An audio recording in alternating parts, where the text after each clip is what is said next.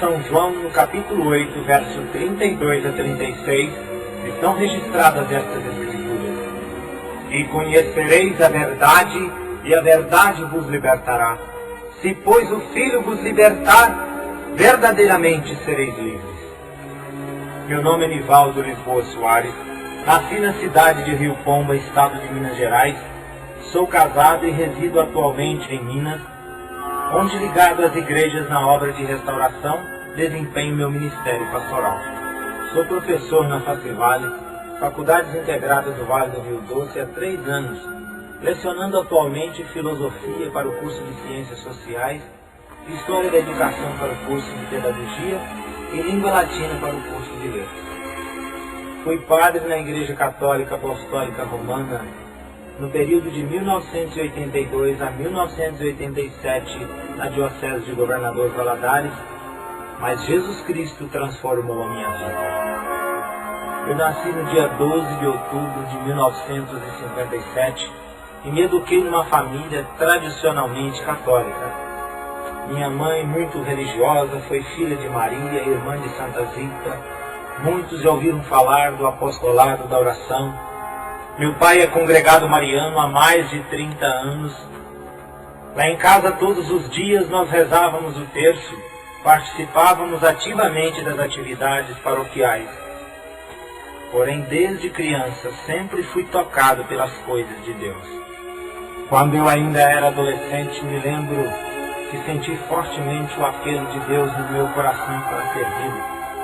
Uma noite num clube de rock ao som de Hard Day's Night, uma música dos Beatles, onde eu ali dançava e vendo jovens nas drogas, amigos e conhecidos meus, totalmente sem conhecer uma direção certa, ali Jesus Cristo tocou meu coração para que socorresse, para que ajudasse a juventude. Eu me lembro também que uma outra ocasião eu me encontrava numa favela da minha cidade. E ali, diante daquele sofrimento de famílias inteiras que lutavam pela sobrevivência, diante de um quadro de miséria, de sofrimento, Jesus mais uma vez ecoou a sua voz no meu coração. E aos 17 anos de idade, fui para o seminário diocesano de Caratinga, onde fiz os estudos preparatórios para ser padre. Ali estudei latim, o grego, o italiano, o hebraico, o direito canônico, a teologia, fiz o curso completo de filosofia e a teologia. Ali também recebi as ordens menores, o acolitato e o leitorato. Em 1982, fui ordenado padre na igreja de Lourdes, em Governador Valadares. Desempenhei meu ministério sacerdotal durante 2 anos e meio na Ilha dos Araújos e quase 2 anos e meio na cidade do Divino das Laranjeiras. Como padre, eu celebrei casamentos, batizados, missas, confissões, procissões, romarias. Procurei da forma que podia e entendia ser a melhor servir a comunidade, optando preferencialmente pelos jovens e pelos mais pobres, cooperando numa visão libertadora nos movimentos de base, na catequese, na fundação do PT, no movimento sindical com os trabalhadores rurais. E quantos líderes populares, sacerdotes, religiosos como Oscar Romero, Padre Ezequiel Ramin, Padre Josino e tantos outros deram sua vida e o próprio sangue pelos marginalizados e oprimidos da nossa sociedade. E quantos são os que se dizem crentes, salvos pela graça de Cristo, que cruzam os braços e se alienam atrás da Bíblia, enterrando seus talentos diante dos desafios da evangelização e do clamor do mundo que geme em dores de parto.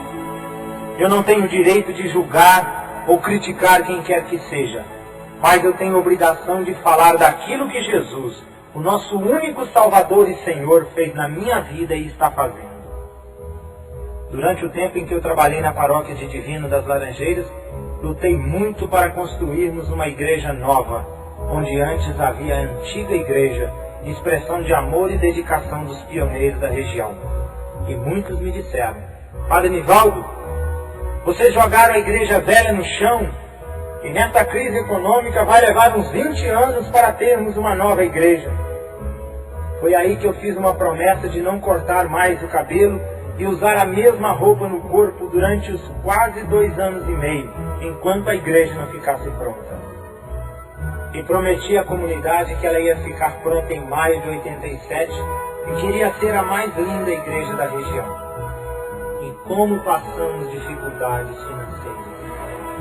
Nosso bispo, vários padres companheiros, amigos de verdade nos socorreram para o pagamento das dívidas e superação das dificuldades. A moto XL 250 0 km, que era minha, e o Fiat Uno 85, que também era meu, renunciei para que a igreja prosseguisse até o final. Nós ainda ajudávamos nos alimentos e remédios para a pobreza da região e dávamos trabalho para inúmeras crianças carentes. A igreja enfim ficou pronta e na data certa. E ficou linda. Os vitrais que apresentavam a Via Sacra, a porta que tinha o Pentecostes Expresso, vieram de uma firma radicada nos Estados Unidos, na Flórida, filial em São Paulo e em Itu.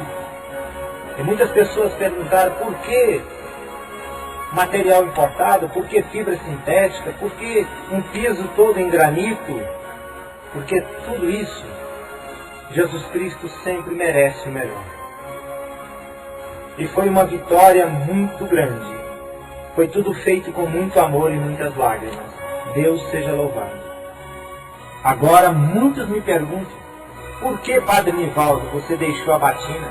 Muitos amigos e alunos meus, numa sala de aula, quantas vezes me questionaram.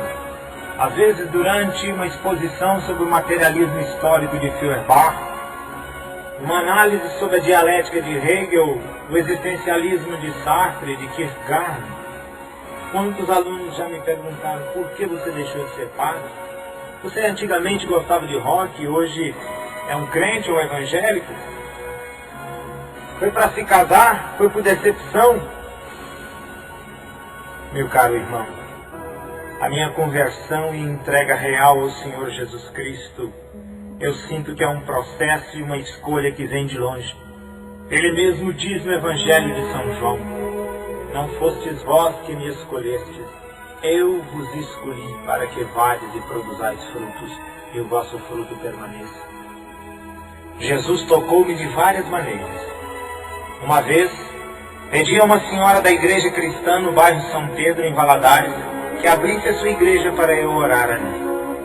Algum tempo depois eu entrei na primeira igreja presbiteriana de Governador Valadares, numa manhã dominical em que estava reunida a SAF, Sociedade Auxiliadora Feminina, em oração e estudo bíblico, e ali também o Senhor falou comigo. A irmã Geralda da Igreja Maranata em Divino das Laranjeiras também foi usada por Deus para me entregar a mensagem do Senhor. E assim, um telefonema aqui, uma oração ali, e o Espírito de Deus foi preparando o terreno. Porém, o dia em que eu realmente aceitei Jesus Cristo como meu Salvador e Senhor foi no primeiro domingo de novembro de 1986, no meio de uma missa, em que eu celebrava às 19 horas na paróquia em que trabalhava. Dias antes, em Governador Valadares, eu me encontrei numa oficina com um servo do Senhor, o irmão Arsênio Batista Mendonça, presbítero na Igreja Presbiteriana do Gran Duquesa. Ele estava ali naquela oficina mecânica com a sua Bíblia. E eu o convidei para ir à Igreja Católica. Ainda brinquei com ele e disse-lhe, leve a sua Bíblia, porque eu vou lhe dar oportunidade para o senhor falar uma mensagem para os católicos. Ele ainda questionou. Eu disse para ele que há uns anos atrás isto era impossível, mas hoje temos o ecumenismo. E aquele irmão se despediu de mim, mas no seu coração Deus colocou um propósito. E no domingo seguinte, quando eu estava me preparando para celebrar as missas dominicais, quando olhei na porta da igreja, ele estava lá. E como não foi a minha surpresa, quando cheguei para ele e disse, o senhor aqui? E ele disse, uai, seu vigário, o senhor me chamou, eu vim. E naquela noite de domingo, eu não imaginava que Jesus Cristo ia realmente tocar profunda e decididamente na minha vida. Comecei a missa, apresentei-o à igreja e toda aquela comunidade católica com muita educação o recebeu com amor. E no meio da missa eu me sentei no banco e entreguei a ele o microfone lá no altar. E quando ele abriu a espada do Espírito Santo, a palavra de Deus, no Evangelho de João, capítulo 8, verso 32 a 36, onde justamente está escrito: e conhecereis a verdade, e a verdade vos libertará. Ali começou um novo mundo para mim. Aquele irmão não criticou a Igreja Católica. Ali na igreja havia várias imagens de escultura, e a palavra de Deus condena. Imagens de São Sebastião, Senhora Aparecida, Senhora das Graças, havia um crucifixo. A Bíblia manda quebrar e queimar as imagens de escultura. Deus, no Êxodo, no capítulo 20, a partir do verso 2, em Deuteronômio, no capítulo 7, verso 25 em diante, Deus condena a idolatria. Em Isaías 45, verso 20, a palavra de Deus nos mostra que é pecado fazer procissão com imagens, porque nada sabem os que carregam em procissão suas imagens de escultura e oram a um Deus que não pode salvar. E quantas procissões, quantas vezes nas Semanas Santas, o povo carregando aquelas imagens, com devoção, mas tudo fora da palavra de Deus. Aquele irmão também não criticou sobre o purgatório. Quantas missas eu celebrei pelas almas do purgatório. E a palavra de Deus nos mostra que não existe purgatório. Existe o céu, a salvação para os que creem e obedecem ao Senhor Jesus Cristo. E a condenação, o inferno, para aqueles que não creem e não obedecem aos mandamentos do Senhor.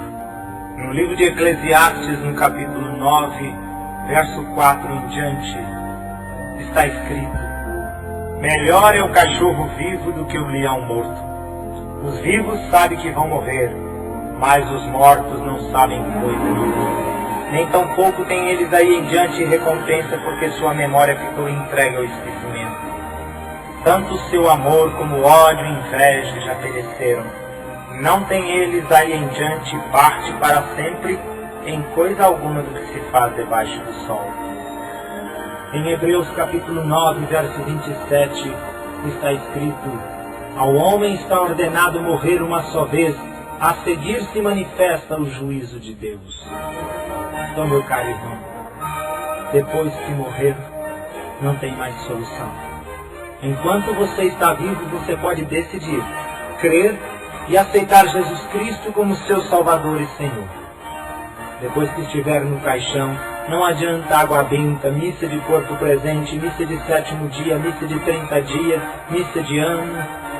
Poderão acender velas 40 anos para você no cemitério, e você não sairá de onde estiver, se você, enquanto estiver vivo, não fizer a sua escolha por Jesus Cristo. E na palavra de Deus você vai entender que também não existe reencarnação, transmigração de almas. E para terminar, sobre essa mensagem do poder de Deus para transformar vidas, meu caro irmão, foi naquela noite, quando aquele irmão, com tanta humildade e com tanto poder de Deus, pregou aquela mensagem: e conhecereis a verdade, e a verdade vos libertará. Quem crê no Filho tem a vida eterna. Aquele que, porém, desobedece ao Filho não verá a vida, mas sobre ele permanece a ira de Deus. Quando aquele irmão nos mostrou ali que todo aquele que recebe Jesus Cristo na sua vida como seu Salvador e Senhor se torna verdadeiramente filho de Deus, alguma coisa me tocou profundamente e decididamente. Eu só sei que, impulsionado pelo Espírito Santo, levantei a minha mão e naquela noite eu orei ali no meio da missa, diante daquele irmão Arsênio. Naquela noite, ali eu orei, crendo e aceitando e me entregando totalmente ao Senhor Jesus Cristo. E cerca de quase 200 católicos também foram ali à frente, tocados e movidos pelo mesmo Espírito, sendo purificados pelo poder do sangue de Jesus Cristo. E você, meu irmão, está me ouvindo. Ore ao Senhor neste dia. Peça perdão dos seus pecados ao Senhor Jesus. E se entregue a Ele. Leia a sua palavra e siga um caminho novo com Cristo no seu barco. E assim Ele não afundará. E você vai ouvir o som da trombeta e será também arrebatado ao encontro do Senhor nos ares e estará para sempre com o Senhor na Jerusalém Celestial. Amém. Só o Senhor é Deus. Amém.